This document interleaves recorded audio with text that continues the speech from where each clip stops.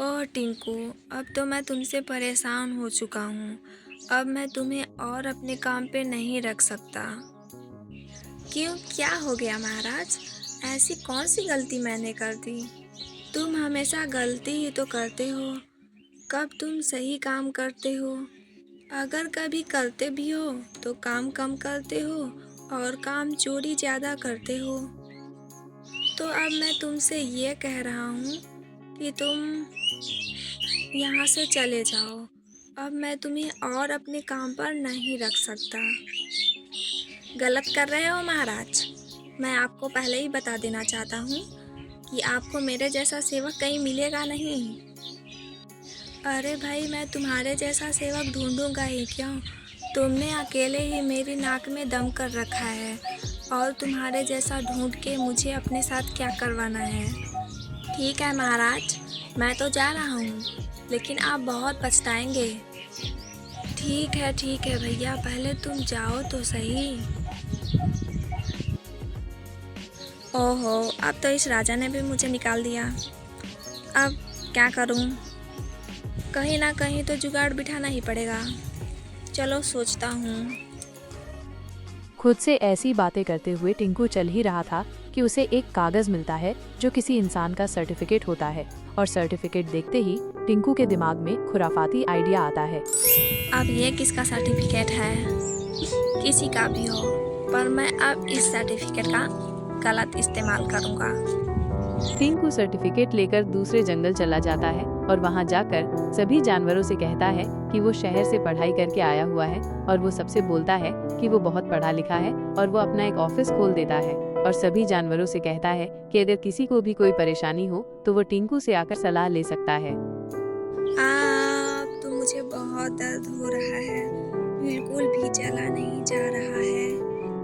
अरे चिक्की, तुम्हें क्या हो गया है? कल मैं पहाड़ी वाले जंगल की तरफ से आ रही थी और मैं पत्थर पे चढ़ी और मेरा पैर फिसल गया और मैं गिर गई। तभी से मेरा पैर बहुत दर्द कर रहा है। मुझे कुछ समझ नहीं आ रहा कि मैं अब क्या करूं। अरे चिक्की, तुम टिंकू भैया के पास चली जाओ। वो बहुत पढ़े लिखे हैं, तुम्हारा अच्छा इलाज कर देंगे और तुम बिल्कुल ठीक हो जाओगी। क्या? ये टिंकू कौन है? क्या तुम टिंकू भैया को नहीं जानती? वो बहुत पढ़े लिखे हैं और शहर से पढ़ाई करके आए हुए हैं। जिसको भी कोई समस्या हो रही है वो जाकर उनसे पूछ रहा है और अपनी समस्या का समाधान पा रहा है। और वो थोड़े पैसे लेते हैं लेकिन समस्या का अच्छा समाधान बताते हैं। तुम भी थोड़े पैसे लेकर जाओ और मुझे तो पक्का विश्वास है कि वो तुम्हारा इतना अच्छे से इलाज करेंगे कि तुम बिल्कुल ठीक हो जाओगी। तो फिर ठीक है, मैं अभी जाती हूँ। चिक्की तुरंत टिंकू के घर चल देती है और उसे सारी बातें बताती है। समझ गया। तुम्हारे पैरों में चोट आई है और मैं इसका अच्छे से इलाज कर सकता हूँ। तुम थोड़ी देर यहाँ पे बैठो, मैं औषधियाँ लेकर आता हूँ।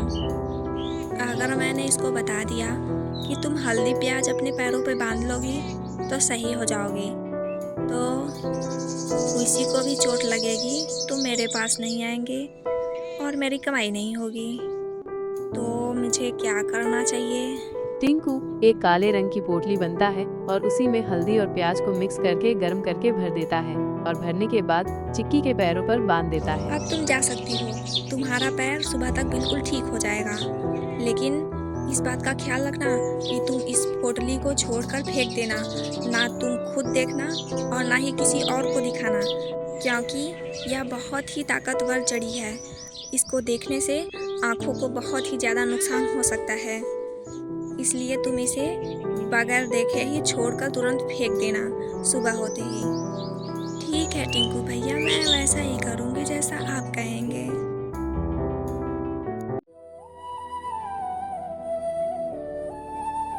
अरे वाह, मेरा पैर तो बिल्कुल ठीक हो गया। अब मुझे इस पोटली को कहीं दूर फेंक देना चाहिए ताकि इसे कोई भी जानवर ना देखे, नहीं तो उन्हें नुकसान हो सकता है। टिंकू भैया, मेरे गुफा में बहुत सारी मकड़ियाँ आ गई हैं। मैं उन्हें अपनी गुफा में से कैसे भगाऊं? इस जंगल के जानवर कितने बेवकूफ़ हैं। इनको तो इतना भी नहीं पता कि अगर तुलसी और नीम के पत्ते आपस में जला देंगे तो मकड़ियाँ अपने आप ही भाग जाएंगे। पर मुझे क्या, मैं तो इनसे पैसे ऐंठ सकता हूँ, मेरे लिए तो अच्छा ही है। अगर मैं इसको बता दिया कि इन दोनों पत्तियों को जला दो तो यह पूरे जंगल में बता देगा और कोई भी जानवर मेरे पास नहीं आएंगे और मेरी कमाई नहीं होगी। तो मुझे जुगाड़ लगाना पड़ेगा। चलो ठीक है, मैं तुम्हारी गुफा में चल के देखता हूँ। टिंकू चलते चलते अपना तेज दिमाग चलाता है और चिंपू से कहता है, यह बहुत ही जहरीली जड़ी बूटी है। जब तक मैं तुम्हें ना कहूँ तब तक तुम इधर बिल्कुल भी आना मत, वरना इस धुएं को सूंघने से तुम्हें भयंकर बीमारी हो सकती है। ठीक है टिंकू भैया, जब तक आप नहीं बोलेंगे मैं बिल्कुल इधर नहीं आऊँगा। टिंकू चिंपू से मोटी रकम लेता है और चलता बनता है। धीरे धीरे ये बात पूरे जंगल में फैल जाती है और एक दिन उसे राजा अपने यहाँ बुलाते हैं। मैंने सुना है कि तुम्हारे पास सारी समस्याओं का इलाज है। जी सरकार, बिल्कुल सही सुना है आपने। तो मेरी भी एक समस्या है, क्या तुम इसका समाधान कर सकते हो? बिना किसी झिझक के बोलिए महाराज, मैं आपकी समस्या का जरूर समाधान करूँगा। तो ठीक है, सुनो, मेरी समस्या यह है कि रात में बहुत सारे मच्छर मेरी गुफा में घुस के मुझे रात भर काटते हैं और सुबह से मुझे बहुत खुजली होती है और बहुत जलन भी होती है। तो क्या तुम्हारे पास ऐसी कोई दवा है जिससे ये खुजली और जलन खत्म हो सके? नहीं महाराज, मेरे पास तो ऐसी कोई दवा नहीं है जिससे खुजली और जलन को खत्म किया जा सके। मच्छर काटेंगे तो खुजली तो होगी ही।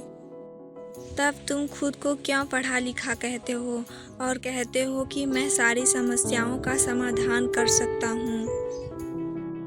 यही अंतर है महाराज, सब में और मुझ में। सब समस्या का समाधान खोजते हैं, लेकिन मैं समस्या को जड़ से खत्म कर देता हूँ। क्या मतलब? मैं इसका मतलब नहीं समझ रहा। तुम क्या कहना चाहते हो, जरा साफ साफ कहो। मेरे कहने का मतलब ये है महाराज कि मैं आपकी समस्या को जड़ से खत्म कर सकता हूँ। यानी कि आपकी समस्या है मच्छर और मैं मच्छरों को ही खत्म कर सकता हूँ। आपकी गुफा से कोसों दूर रहेंगे मच्छर। मेरे पास ऐसी दवा है, क्या आप चाहेंगे उस दवा को लेना?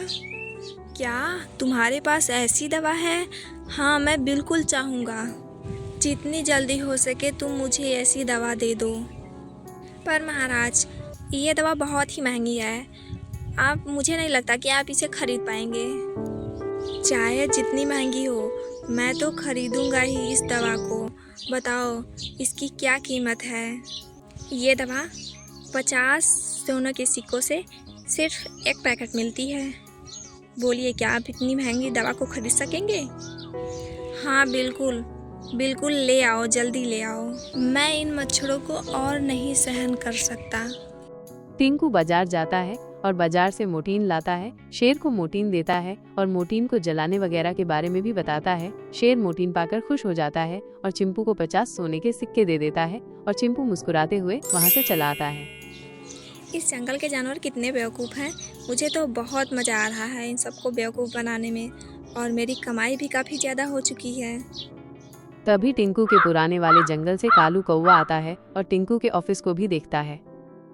अरे टिंकू यहाँ पर क्या कर रहा है? और टिंकू के पास इतने लोग क्यों खड़े हैं? चलकर पता लगाना पड़ेगा। कालू वहीं पर बैठकर सारी चीजें देखने लगा और वो समझ गया कि क्या मामला है।